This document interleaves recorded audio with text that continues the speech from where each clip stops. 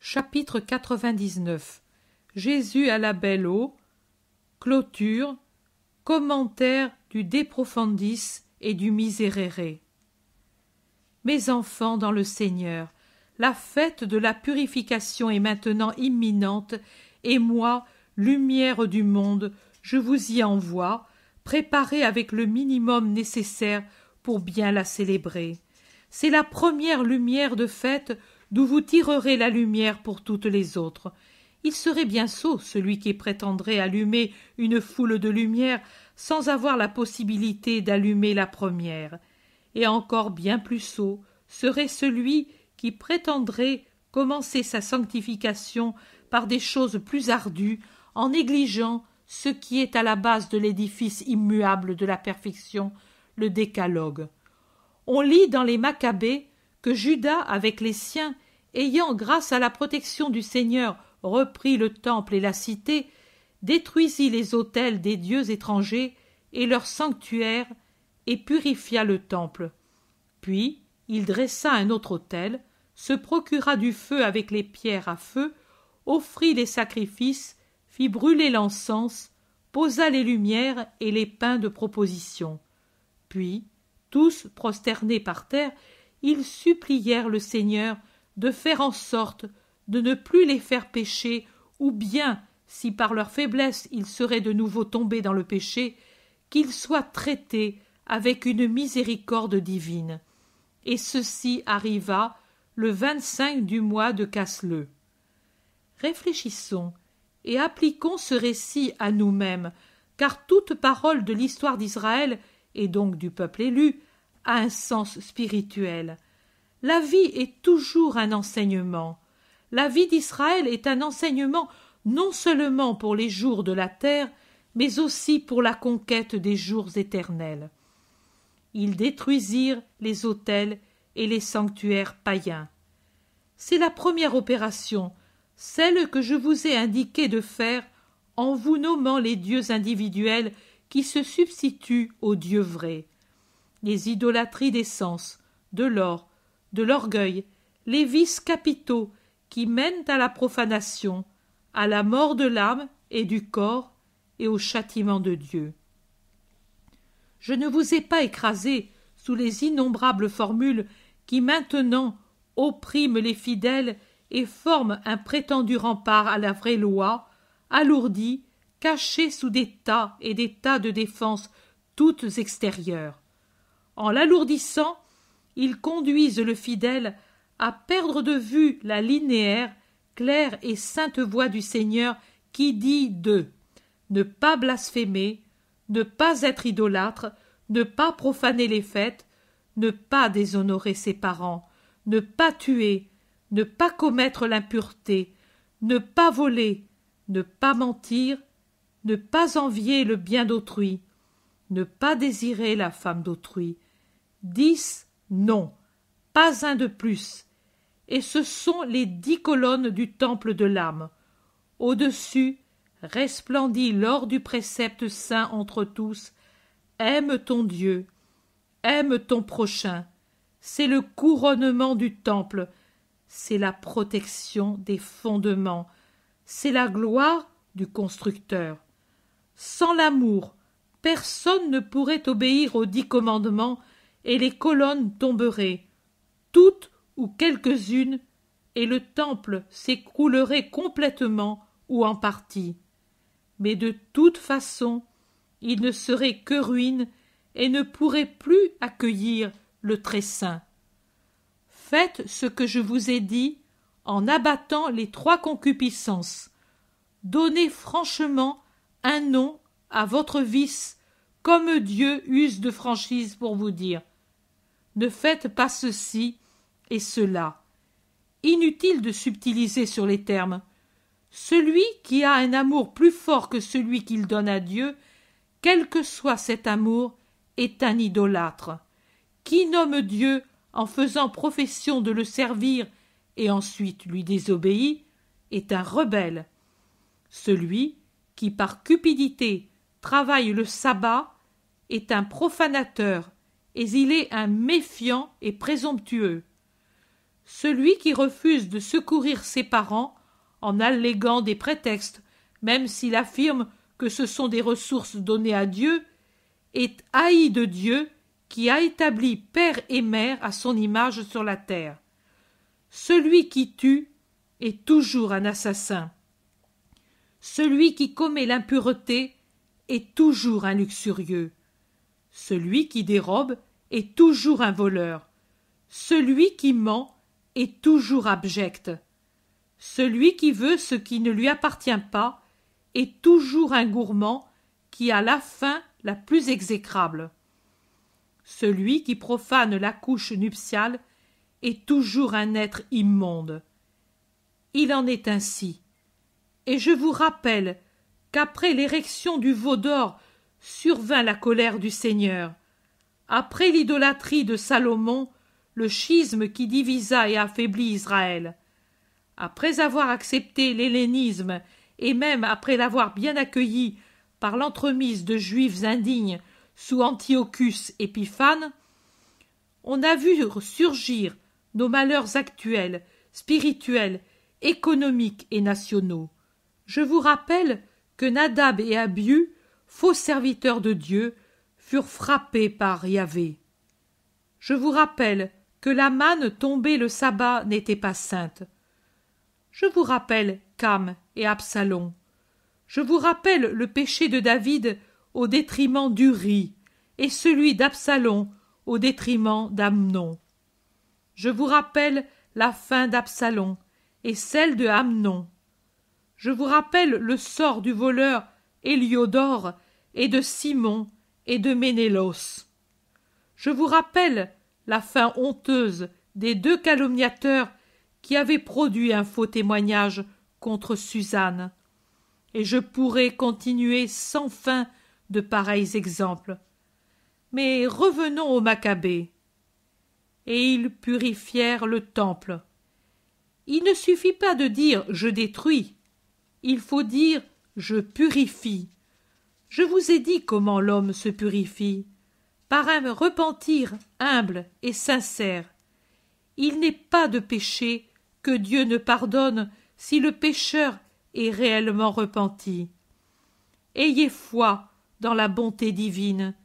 Si vous pouvez arriver à comprendre ce qu'est cette bonté, même si vous aviez sur vous tous les péchés du monde, vous ne fuiriez pas loin de Dieu, mais plutôt vous courriez à ses pieds, car seul le très bon peut pardonner ce que l'homme ne pardonne pas. Et ils élevèrent un autre autel. Oh, n'essayez pas de tromper le Seigneur, ne soyez pas faux dans vos actions, ne mélangez pas Dieu et Mammon.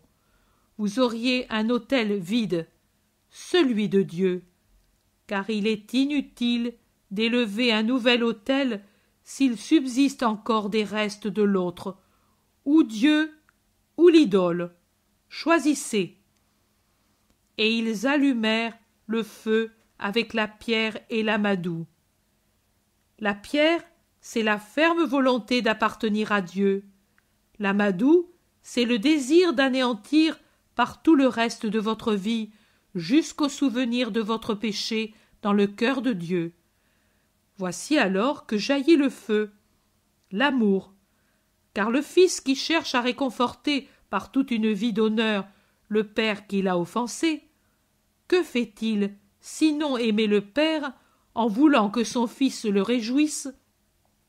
Lui qui autrefois était cause de larmes et à présent de joie, présent de joie, présent de joie. Et maintenant, arrivé à cet état, vous pouvez offrir les sacrifices, brûler de l'encens, apporter des lumières et des pains.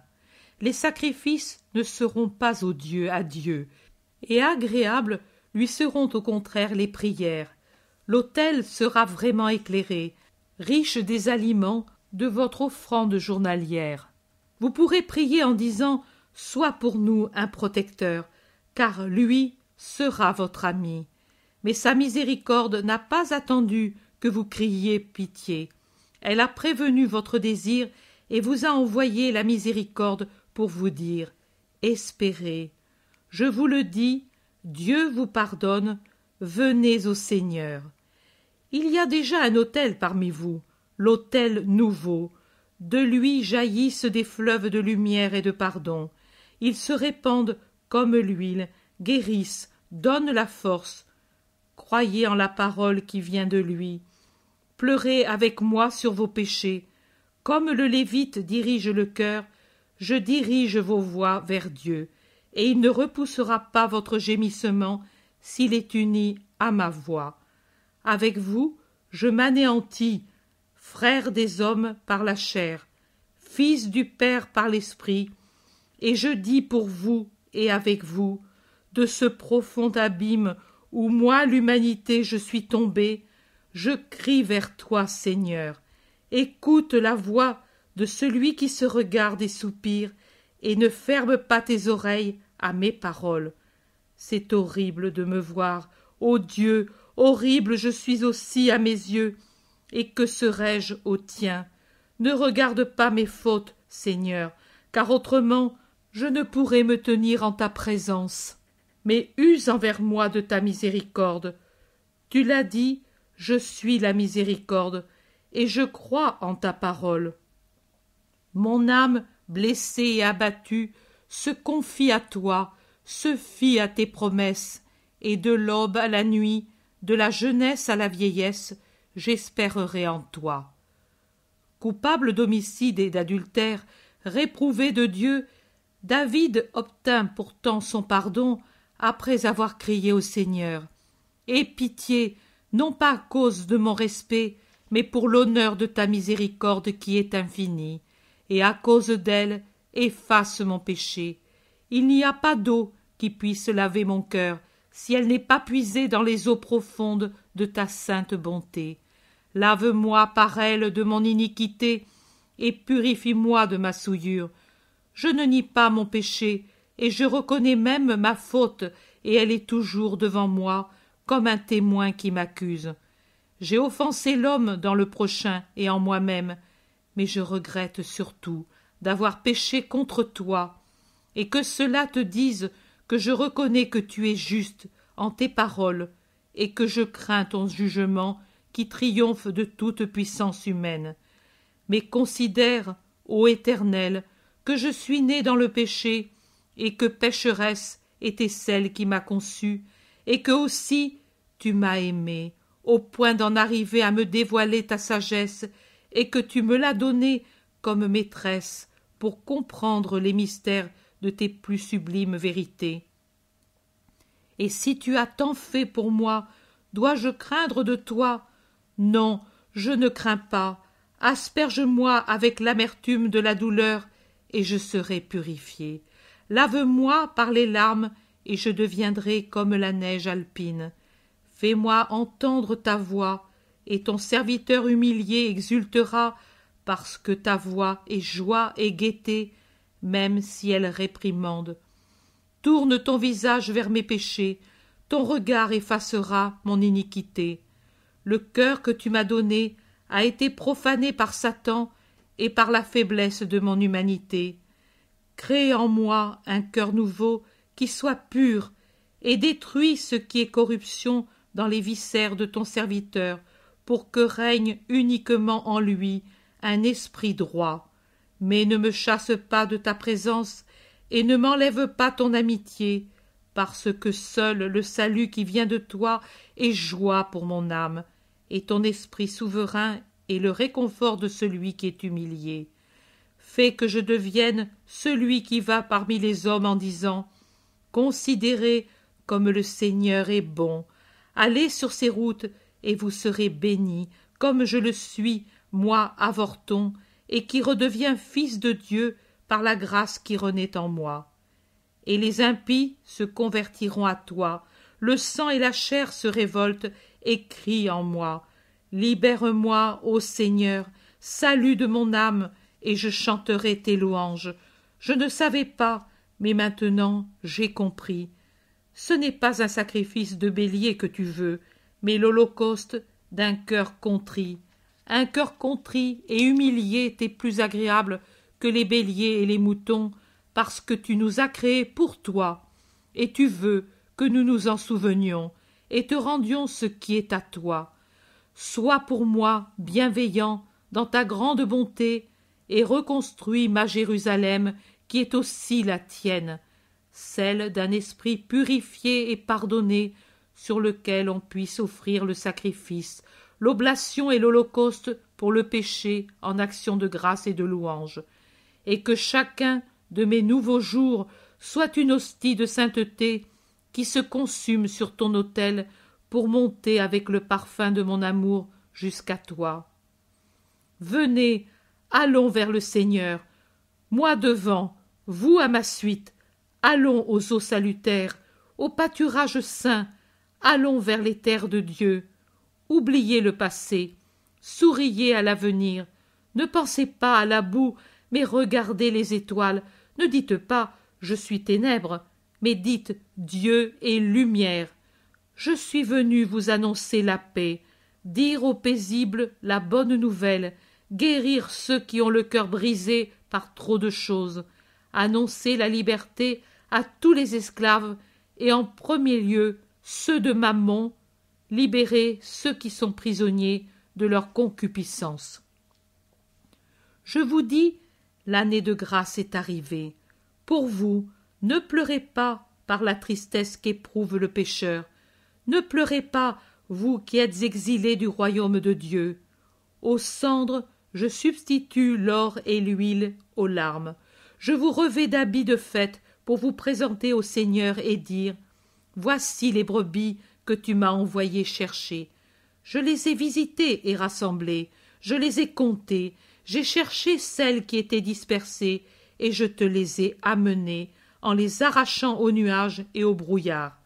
Je les ai prises au milieu de tous les peuples, je les ai réunies de toutes les régions, pour les conduire à la terre qui n'est plus la terre, et que tu as préparée pour elles, ô Père saint, pour les amener sur les cimes paradisiaques de tes fertiles montagnes, où tout est lumière et beauté, le long des rivières des célestes béatitudes, où se rassasient de toi les esprits aimés de toi. Je suis allé aussi à la recherche de celles qui étaient blessées. J'ai guéri les fractures, j'ai refait les forces des faibles.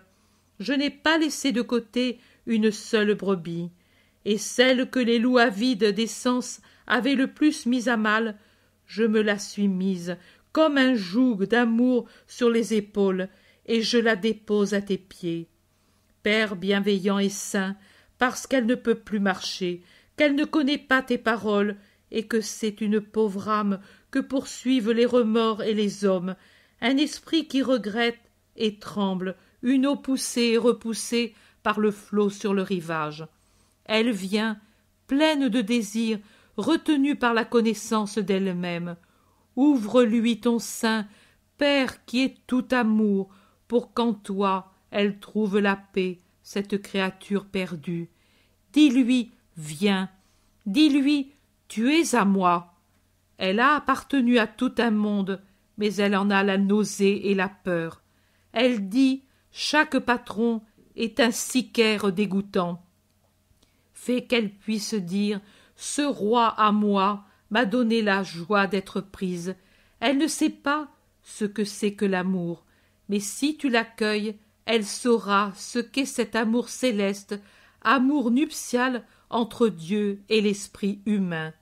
Et comme un oiseau délivré des cages des hommes cruels, elle s'élèvera toujours plus haut, jusqu'à toi, au ciel, dans la joie, dans la gloire, en chantant. J'ai trouvé celui que je cherchais. Mon cœur n'a pas d'autre désir. En toi je me repose et je jubile, Seigneur éternel. Je suis bien heureuse dans les siècles des siècles.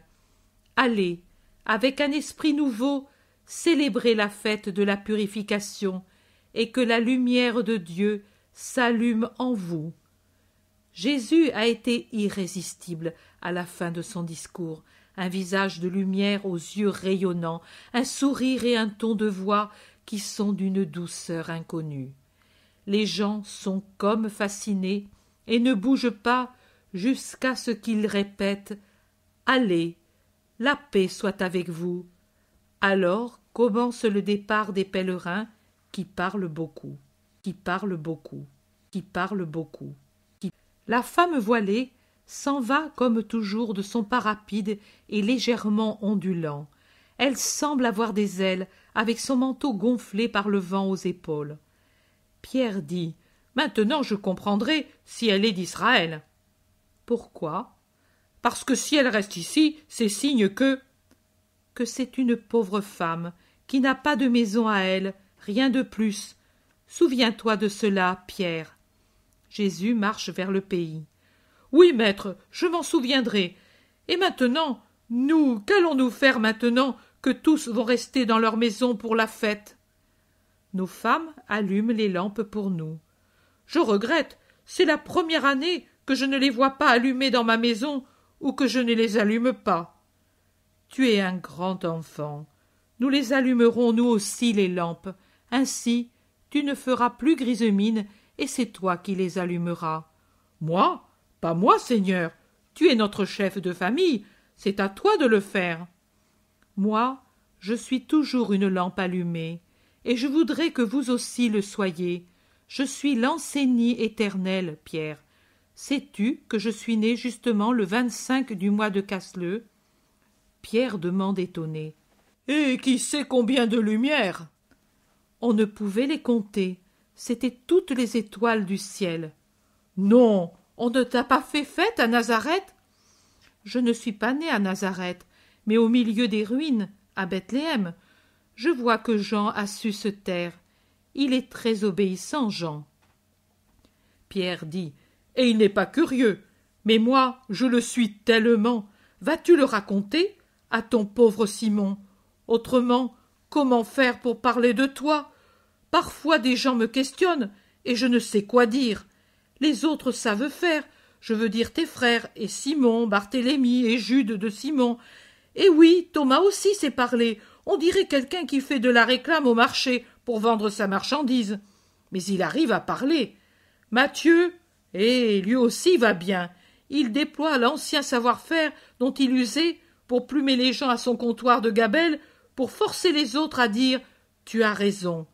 Mais moi, pauvre Simon de Jonas, mais les poissons, que t'ont-ils enseigné? Et le lac? 2 choses, mais qui ne servent pas. Les poissons à me taire et à être constants. Leur constance à échapper au filet, et pour moi, la constance à les y mettre. Le lac à être courageux et à avoir l'œil à tout.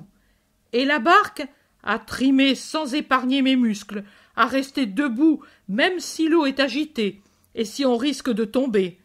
L'œil à la polaire, les mains fermes à la barre, force, courage, constance, attention. Voilà ce que m'a enseigné ma pauvre vie. Jésus lui met une main sur l'épaule et le secoue en le regardant affectueusement et plein d'admiration, une véritable admiration pour cette simplicité, et il dit « Et ça te paraît peu, Simon-Pierre? Tu as tout ce qu'il faut pour être ma Pierre. Il n'y a rien à ajouter, rien à enlever. Tu seras le pilote éternel, Simon. Et à celui qui viendra après toi, tu diras « L'œil à la polaire, Jésus, la main ferme à la barre, force, courage, constance, attention, trimer sans relâche, avoir l'œil à tout et savoir rester debout, même sur les eaux agitées. Pour ce qui est du silence, allons. Les poissons ne te l'ont pas enseigné. Mais pour ce que je devrais savoir dire, je suis plus muet que les poissons.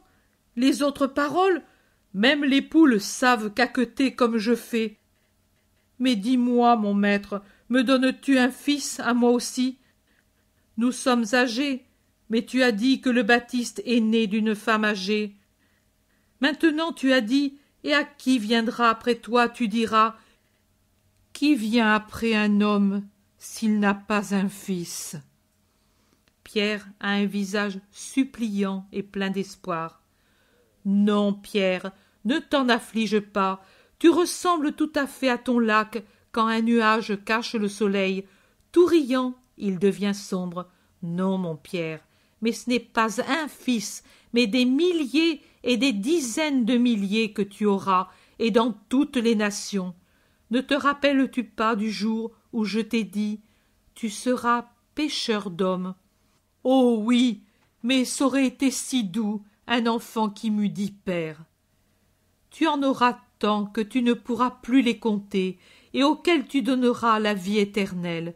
Tu les retrouveras au ciel, et tu me les amèneras en disant « Ce sont les enfants de ton Pierre, et je veux qu'ils soient où je suis. » Et moi je te dirai « Oui, Pierre, que ce soit comme tu veux, car tu as tout fait pour moi, et moi je fais tout pour toi. » C'est avec une douceur sans pareille qu'il lui fait ses promesses.